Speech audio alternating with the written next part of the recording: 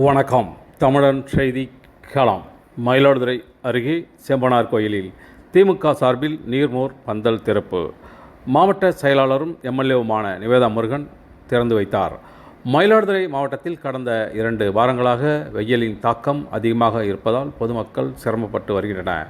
பொதுமக்களின் சிரமத்தை குறைக்கும் வகையில் மயிலாடுதுறை மாவட்டம் செம்பனார் கோயில் கடைவீதியில் திமுக வடக்கு ஒன்றியம் சார்பில் வடக்கு ஒன்றிய திமுக செயலாளர் அன்பழகன் ஏற்பாட்டில் இன்று நீர்மோர் பந்தல் திறக்கப்பட்டது. இந்த நிகழ்ச்சியில் திமுக மாவட்ட செயலாளரும் பூம்புகார் எம்எல்ஏவுமான நிவேதா முருகன் கலந்து கொண்டு நீர்மோர் பந்தலை திறந்து வைத்து பொதுமக்களுக்கு தர்பூசணி, இளநீர், நுங்கு, குளிர்பானம் ஆகியவற்றை வழங்கினார். இதனை பொதுமக்கள் வாங்கி பருகி தங்கள் தாகத்தை தீர்த்து கொண்டனர்.